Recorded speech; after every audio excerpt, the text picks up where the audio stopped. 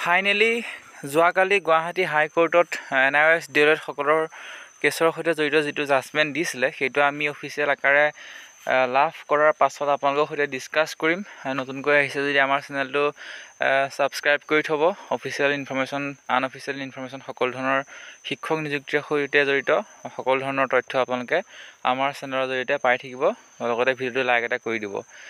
সম্পূৰ্ণ ডেটটো আপোনালোকে দেখিবলৈ পাইছে, অৰ্ডাৰ বুলি দিয়া আছে। ইয়াত যিখিনি WPC যিখিনি নাম্বাৰ আছে সেইখিনি আমি আপোনালোকক পঢ়ি নিদিওঁ।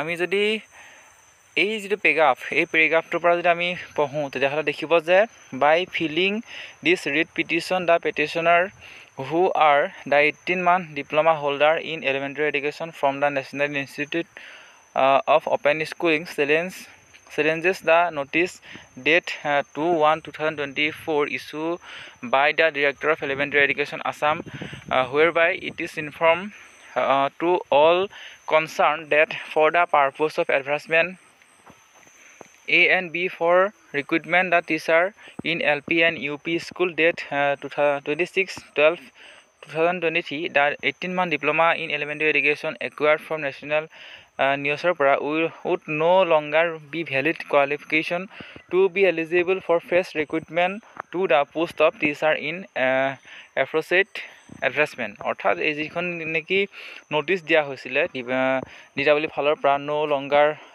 NIOS এনেকৈ দিয়া আছিলে যোগ্য নহয় বুলি, সেই কথাটো উল্লেখ কৰিছে তাত। আৰু বাকীখিনি কথাও ইয়াত কিছুমান কথা আচলতে দিয়া আছে, মেনশ্যন কৰা আছে। আমি গোটেইখিনি কথা ডিছকাছ নকৰোঁ। তাৰ পাছত যদি আমি চাওঁ, if it also referred to the order of the Honorable Supreme Court in the case Vishwanath and others versus State of Uttarakhand, অৰ্থাৎ বিশ্বনাথ আৰু ষ্টেট অফ উত্তৰাখণ্ডৰ যিটো কেছৰ ৰায়দান দিছিলে সেই ৰায়দানৰ সম্পৰ্কে ইয়াত কেইটামান পইণ্ট আচলতে পইণ্ট আউট কৰা হৈছে। সেইখিনিও আমি আচলতে ডিছকাছ নকৰোঁ, দীঘলীয়া হৈ যাব। এতিয়া মেইন যিটো কথা সেই মেইন কথাটোলৈ আমি আহিছোঁ যে ইয়াত কিন্তু পেটিশ্যনাৰসকলক অগ্ৰাধিকাৰ দিয়া হ'ব বুলিহে কিন্তু ইয়াত মেনশ্যন কৰা হৈছে। আজি বহুতে অল NIOS কেণ্ডিডেটসকলক দিয়া হ'ব বুলি বহুতে আচলতে কমেণ্ট কৰি আছে। ইয়াত কিন্তু অকল পেটিশ্যনাৰসকলৰ নাম মেনশ্যন কৰা হৈছে আগন্তুক যি নথি পৰীক্ষণ হ'ব।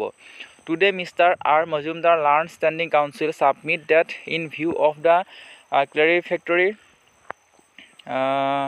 order by the Honorable Supreme Court in the case of Vishwanath, although the notice date 2/1/2024 was issued pursuant to the advertisement issued before the order of the Supreme Court, by now the 18-month diploma in elementary education acquired by the petitioner would be recognized। স্পষ্টকৈ আপোনালোকে দেখিবলৈ পাইছে petitioners would be recognized বুলি ইয়াত উল্লেখ আছে। বাকীখিনি কথা আমি ডিছকাছ নকৰোঁ, এইখিনি কথা আচলতে ইমান সাৰমৰ্মৰ নাই।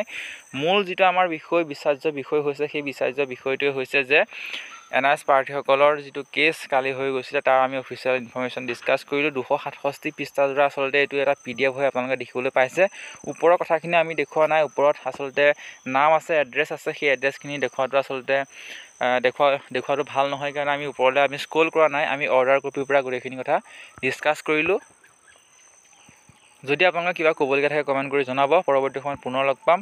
ভিডিঅ'টো লাইক এটা কৰি সকলো বন্ধু মানুহৰ সৈতে শ্বেয়াৰ কৰি দিয়ক, যাতে গোটেই কথাখিনি অফিচিয়েল আকাৰে তেওঁলোকে গম পায়। পুনৰ লগ পাম। ধন্যবাদ।